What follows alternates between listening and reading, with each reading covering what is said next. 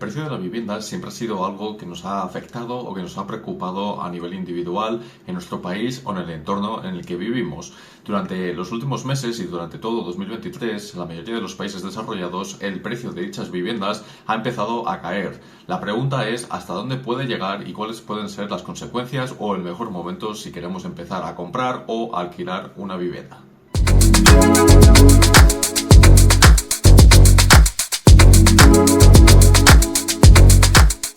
Durante el primer trimestre de 2023, que es el último del que tenemos ya datos consolidados y oficiales por parte de la OCDE, tenemos que en los países más desarrollados hemos visto que en la mayoría ha habido una caída del precio de la vivienda. No ha sido un tipo crash del tipo 2008 hasta el 2011-2012, donde sí que vimos unas caídas bastante considerables, pero sí que hemos empezado a ver unos ciertos movimientos a la baja, especialmente en aquellos países donde ese precio de las propiedades se había revalorizado de manera bastante consistente. Podemos ver casos como el de Dinamarca, que llega casi hasta el 6% de media en la caída de la vivienda, Nueva Zelanda, que supera con creces el 5%, o Suecia, que se queda en el entorno del menos 4,5%. Y repito, estos son países que habían visto durante los últimos años, especialmente a raíz de la crisis sanitaria del 2020, cómo los precios de esas propiedades de las viviendas se habían disparado a niveles históricos. Por el otro lado tenemos a España, que es donde menos ha caído la vivienda por ahora en los países de la OCDE,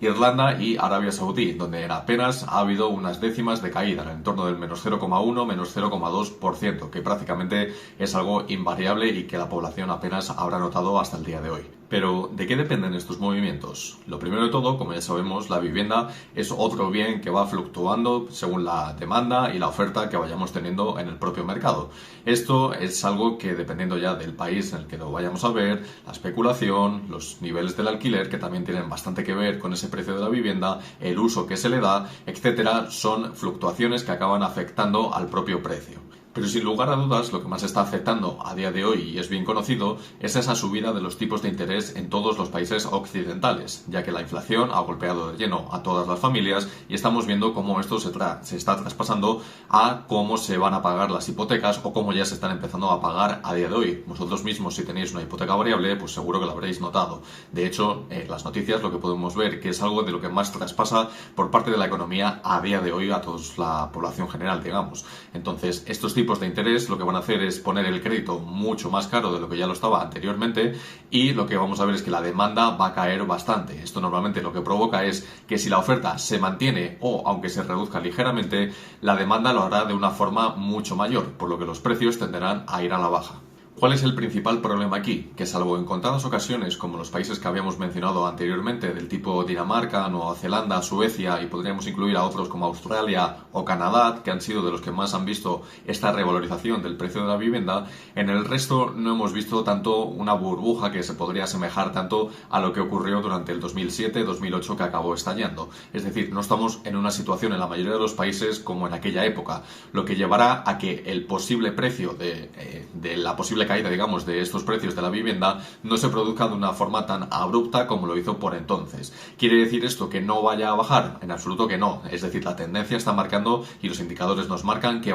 el precio de la vivienda va a ir hacia abajo durante los próximos trimestres y probablemente durará durante algún año. Lo que parece bastante claro es que ni mucho menos se va a asemejar a lo que ocurrió durante los años de la crisis inmobiliaria, porque es algo normal, ya que no nos estamos adentrando de lleno en otra crisis inmobiliaria, sino que estamos en otro tipo de terreno económico y no todo afecta de la misma forma al precio de la vivienda. En aquellos años, desde el 2008 hasta aproximadamente el 2013, 2014, 2015, según el país que nos miremos, que fue ya el pico a la baja, donde ya se hizo valle en los precios de la vivienda, lo que podemos ver es que en países como en Estados Unidos, en Italia, en España, en el Reino Unido, muchos otros, vimos unas caídas de media del entorno del 30-35% en el precio de la vivienda.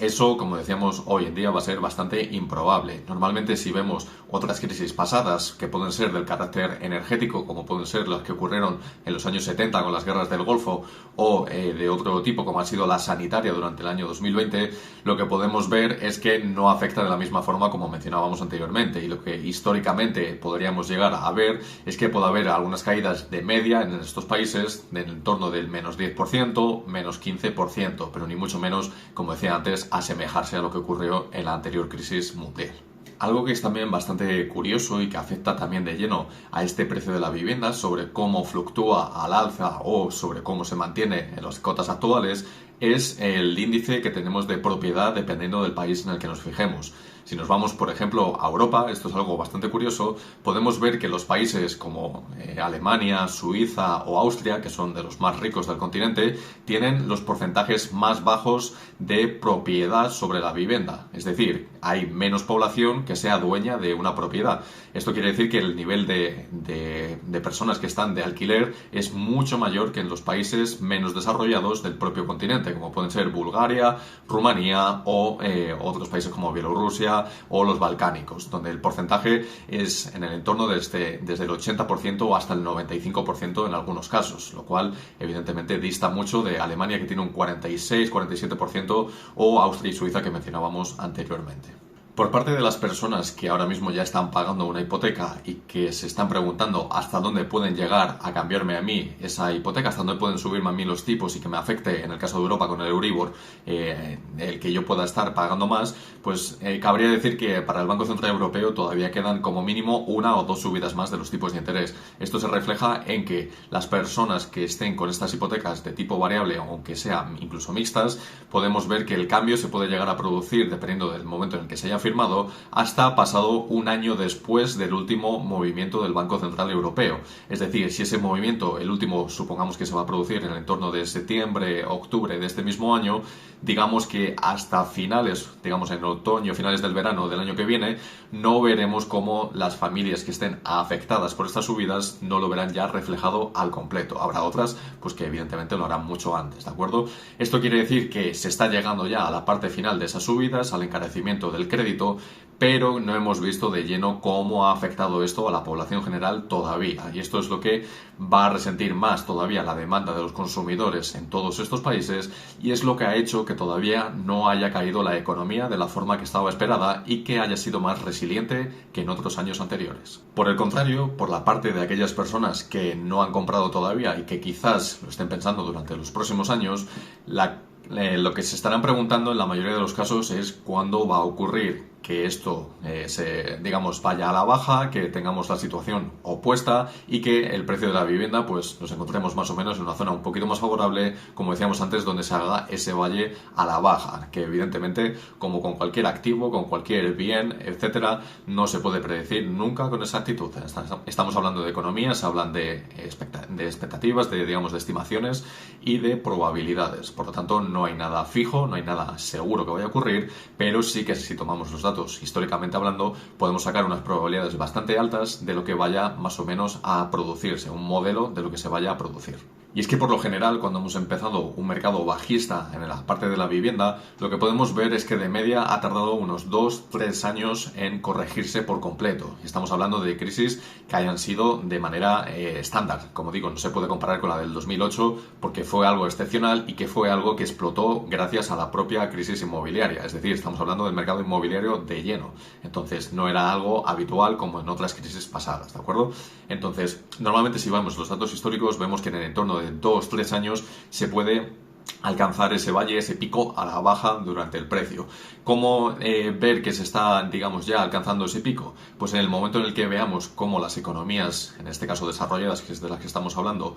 empiezan a acumular ya algún que otro trimestre de crecimiento de PIB positivo, y en el que los indicadores, los PMIs, que son los indicadores industriales del sector servicios, sector primario, etcétera, estamos viendo que ya empiezan a estar por encima de los 50 puntos, que son indicadores adelantados, podemos ver cómo en ese caso ya estamos viendo que la economía se está empezando a recuperar y que eso es el paso previo a que llegue a la población, a que la población reduzca la tasa de desempleo que se suele incrementar durante las situaciones de flaqueza económica, y ese es el momento en el que normalmente se puede encontrar el pico del valle. Como digo, no es algo con exactitud, no es algo preciso y que prácticamente es imposible de encontrar el momento preciso donde se vaya a encontrar, pero sí que nos puede acercar bastante, nos puede dejar en una zona mucho más confortable de la que podría estar, pues sin ir más lejos en la actualidad, y que nos habrá una posibilidad de tener algo más favorable a los años vista. Por último, ¿qué cabe de decir también? Pues que si estamos esperando a que los tipos de interés vuelvan a la cota en la que estuvieron durante los últimos 10-11 años, me da a mí que va a ser bastante difícil, porque no estamos en una situación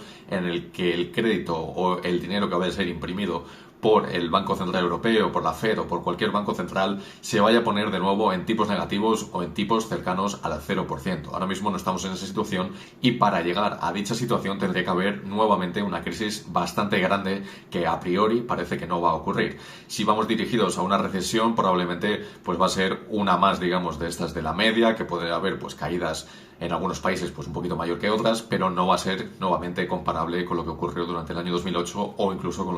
lo ocurrido durante este año 2020. Entonces, lo esperable que puede ser, pues que si vemos dichas caídas un poquito más moderadas, veamos que los tipos de interés que están en el Banco Central Europeo, tanto en el Reino Unido como en la Fed, en el torno del 5% o 4, mucho, dependiendo del país en el que nos fijemos, pues podamos ver cómo se reducen poco a poco hasta el 2% aproximadamente, en el momento que esa inflación quede ya, digamos, controlada. ¿Qué quiere decir esto? Que las hipotecas, tanto variables como fijas, van a seguir siendo más caras que lo fueron durante la década pasada. Y esto sería algo normal, ya que si miramos históricamente hablando, los tipos nunca habían estado en el entorno del 0% o incluso negativos, que era prácticamente ya un disparate. No olvides que, como siempre, puedes dejar tu opinión aquí abajo en los comentarios, yo os leeré y podemos hablar tranquilamente sobre nuestras opiniones al respecto. Y si os ha gustado el vídeo, no olvides dar ese botonazo de me gusta, suscribirte al canal para futuros vídeos y nos vemos en el próximo vídeo.